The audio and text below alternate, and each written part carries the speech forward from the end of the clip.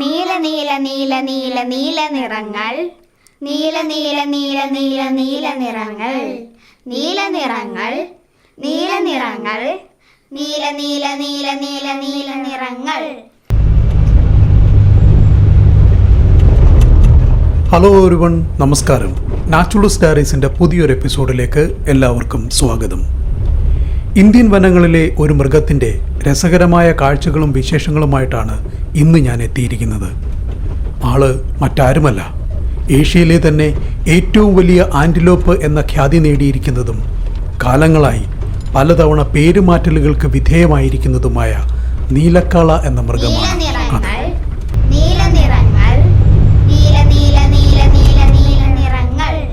എന്താ, നിങ്ങളൊരൽപ്പം കൺഫ്യൂഷനിലായോ? പേടിക്കണ്ട, നിങ്ങൾക്ക് ഒട്ടുമേ തെറ്റിയിട്ടില്ല. വീഡിയോയിൽ കാണുന്നത് പോലെ നമ്മൾ പുറകോട്ട് തന്നെയാണ് പോയിക്കൊണ്ടിരിക്കുന്നത്. ഒരു വന്യമൃഗത്തിനെ കാണാനും അതിനെപ്പറ്റി വ്യക്തമായി അറിയാനും പുറകോട്ട് പോവേണ്ടത് വളരെ ആവശ്യമുള്ള ഒരു കാര്യം തന്നെയാണ്. അതിനുള്ള കാരണം മറ്റൊന്നുമല്ല, നമ്മൾ തുടങ്ങാൻ പോകുന്നത് നീലക്കാളയുടെ രസകരമായ ഭൂതകാല ചരിത്രം മുതൽക്കാണ് എന്നത് തന്നെ. കാലങ്ങൾക്ക് പുറകിലേക്കുള്ള ആ യാത്ര നമ്മളെ കൊണ്ട് എത്തിക്കുന്നതോ 300-400 വർഷം പുറകിൽ.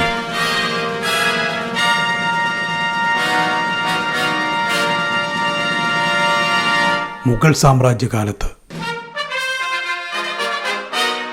കൃത്യമായി പറഞ്ഞാൽ 1658 മുതൽ 1707 വരെ മുഗൾ ചക്രവർത്തിയായിരുന്ന ഔറംഗസീബിന്റെ കാലത്തിൽ. അന്ന് ആ രാജകൊട്ടാരത്തിൽ ഒരു പേരുമാറ്റൽ ചടങ്ങ് നടക്കുകയായിരുന്നു. ഒരു വന്യമൃഗത്തിൻ്റെ പേരുമാറ്റൽ ചടങ്ങ്.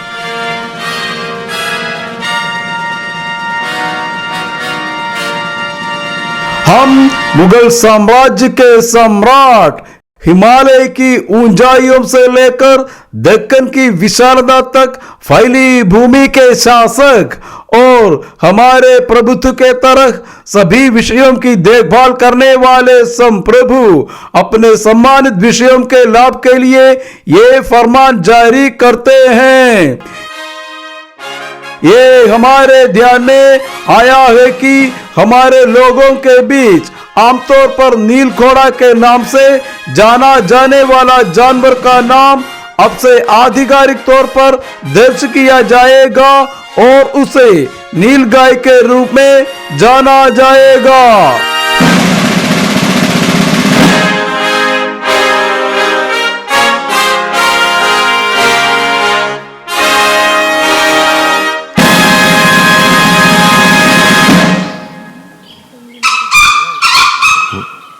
അങ്ങനെ അന്നുവരെ നീൽഘോട, അതായത് നീലക്കുതിര എന്നറിയപ്പെട്ടിരുന്ന ഒരു മൃഗത്തിൻ്റെ പേര് നീൽഗായ് എന്നാക്കി മാറ്റിയത് ഔറംഗസീബിന്റെ കാലത്താണെന്നാണ് ചരിത്രം പറയുന്നത്.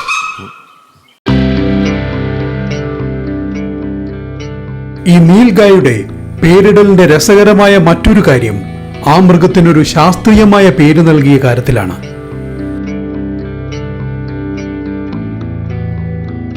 ആ രസം എന്താണെന്ന് വെച്ചാൽ, മൃഗവും അതിൻ്റെ പേരുമൊക്കെ കാലങ്ങളായി ഇവിടെ നിലനിന്നിരുന്നുവെങ്കിലും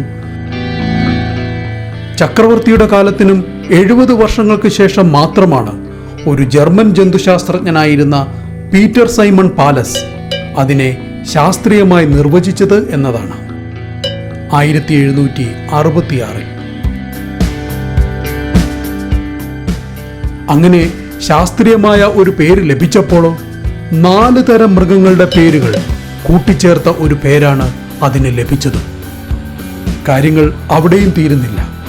100 കണക്കിന് വർഷങ്ങൾക്കിപ്പുറം അതിൻ്റെ പേര് വീണ്ടും മാറ്റണമെന്ന് മറ്റു പല സംസ്ഥാനങ്ങളിലെയും കർഷകർ ഇതാ ഇപ്പോൾ ആവശ്യപ്പെട്ടുകൊണ്ടേയിരിക്കുന്നു.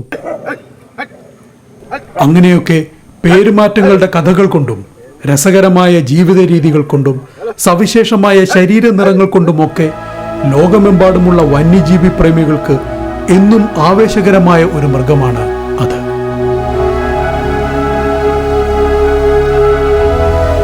അങ്ങനെയൊന്ന് നമ്മുടെ ഇന്ത്യൻ കാടുകളിൽ ഉള്ളപ്പോൾ അതിനെ കണ്ടില്ലെന്ന് നടിക്കുവാൻ നമുക്കാവില്ലല്ലോ. അതാണല്ലോ ഈ ചാനലിന്റെ പ്രത്യേകതയും. നമ്മൾ പിടിക്കുന്നത് എപ്പോഴും വ്യത്യസ്തതകളുടെ പുളിങ്കുമ്പുകളിലാണല്ലോ.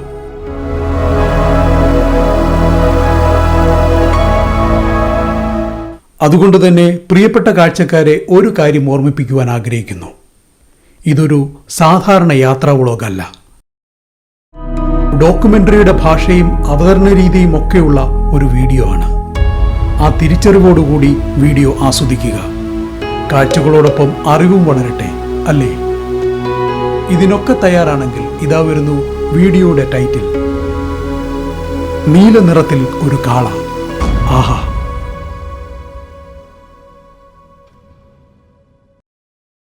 നീല നീല നീല നീല നീല നിറങ്ങൾ, നീല നീല നീല നീല നീല നിറങ്ങൾ, നീല നിറങ്ങൾ, നീല നിറങ്ങൾ, നീല നീല നീല നീല നീല നിറങ്ങൾ.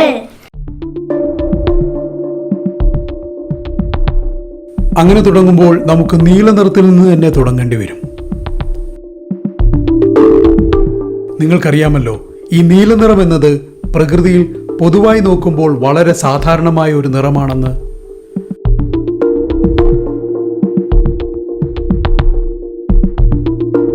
പക്ഷികളിലൊക്കെ അതിനുള്ള ഏറ്റവും നല്ല ഉദാഹരണം നമ്മുടെ കിങ്ഫിഷർ പോലെയുള്ളവയാണ്. നീലപ്പൊന്മാൻ എന്നും മീൻകൊത്തിച്ചാത്തൻ എന്നും ഒക്കെ പേരുള്ള അതിനെ നമുക്കൊക്കെ വളരെ പരിചയമുള്ളതുമാണല്ലോ. ഈ നീല നിറം പിന്നെ ധാരാളമായി കാണുന്നത് ചിത്രശലഭങ്ങളിലാണ്. കൃഷ്ണശലഭമാണ് അതിനുള്ള ഏറ്റവും നല്ല ഉദാഹരണം. മഴക്കാലത്തിനോടനുബന്ധിച്ച് നമ്മുടെ പറമ്പിലും കുറ്റിക്കാടുകളിലുമൊക്കെ കാണപ്പെടുന്ന ഒന്നാണല്ലോ അതും.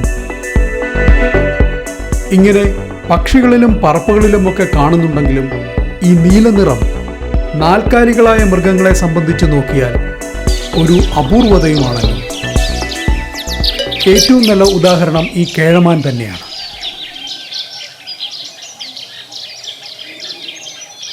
മണ്ണിൻ്റെ തവിട്ട് നിറമോ അതിൻ്റെ വേരിയൻ്റോ ആയ നിറങ്ങളൊക്കെയാണല്ലോ ഇതേപോലെ നാൽക്കാലികൾക്ക് പൊതുവെ കാണാറുള്ളത്. അതുകൊണ്ട് തന്നെ നിറത്തിൻ്റെ കാര്യത്തിൽ മുതൽ അടിമുടി വ്യത്യസ്തതകളുമായാണ് നമ്മുടെ നീലക്കാള എന്ന കഥാപാത്രം ശ്രദ്ധേയമാവുന്നത്. അതിന് ലഭിക്കപ്പെട്ട ശാസ്ത്രീയമായ പേര് മുതൽ നാം അതിനെ അറിയാൻ ശ്രമിക്കുന്നതും അതുകൊണ്ടാണ്. നേരത്തെ പറഞ്ഞ പോലെ ഒന്നും രണ്ടുമല്ല, 4 മൃഗങ്ങളുടെ പേരുകൾ കൂട്ടിച്ചേർത്താണ് ഒരു ശാസ്ത്രീയ നാമം അതിന് ചാർത്തിക്കൊടുത്തിരിക്കുന്നത്. ഇനി അതിൻ്റെ കാരണങ്ങൾ നോക്കിപ്പോയാലോ? വ്യക്തമായ ചില കാര്യങ്ങളുടെ അടിസ്ഥാനത്തിലാണ് ആ പേരുകൾ നൽകപ്പെട്ടിരിക്കുന്നത് എന്നതും സത്യം. അതിലാദ്യത്തേത് ആ മൃഗത്തിൻ്റെ വയർഭാഗത്തിൻ്റെ ഷേപ്പ് കൊണ്ട് നൽകപ്പെട്ടതാണ്. ഒരു സസ്യബുക്കായിരിക്കുകയും വയർഭാഗം കണ്ടാൽ ഒരു പശുവിനെ പോലെ തോന്നിക്കുന്നതിനാലും പശുക്കൾ എന്നർത്ഥം വരുന്ന ബോസ് എന്ന വാക്കാണ് ആ പേരിലെ ആദ്യത്തേത്. എന്നാൽ നീണ്ടുകൂർത്ത മുഖവും മെലിഞ്ഞു നീണ്ട കാലുകളും മാനുകളുടേതുപോലെ ആയതുകൊണ്ട് അതിൻ്റെ പേരിൻ്റെ രണ്ടാമത്തെ ഭാഗം സിഫാലസ് എന്ന് ആയിത്തീർന്നു. കാട്ടാടുകളുടേതുപോലെ കുറിയ ചെവികളും കൊമ്പുകളുമൊക്കെ ഉള്ളതിനാൽ പേരിൻ്റെ അടുത്ത ഭാഗം ആട് എന്നർത്ഥം വരുന്ന ട്രാഗോസ് എന്ന് ചേർക്കപ്പെട്ടു. ഇനി പേരിൻ്റെ നാലാമത്തെ ഭാഗമാണ് കമേലസ് എന്ന്. ഊഹിക്കാമല്ലോ അത് ലഭിച്ചത് ഒട്ടകത്തിൻ്റേതുപോലെയുള്ള നീളൻ കഴുത്തുകൾ ഉള്ളതുകൊണ്ടാണെന്ന്.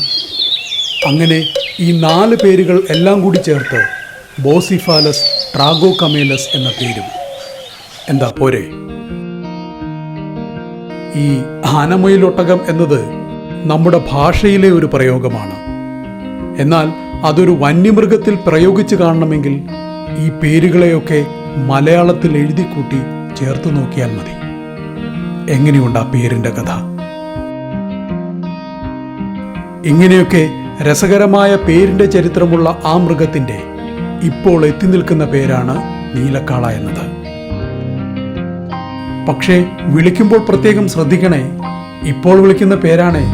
നേരത്തെ പറഞ്ഞതുപോലെ അത് എപ്പോൾ വേണമെങ്കിലും മാറിയേക്കാമേ. ഹോ, എന്താ അല്ലേ? ഒരു മൃഗത്തിന്റെ ജീവിതം അറിയണമെന്നുണ്ടെങ്കിൽ കാര്യങ്ങൾ നമ്മൾ എവിടെ നിന്നും തുടങ്ങണമല്ലേ? പക്ഷേ സത്യം തേടിയുള്ള ആ യാത്രയാണല്ലോ രസം.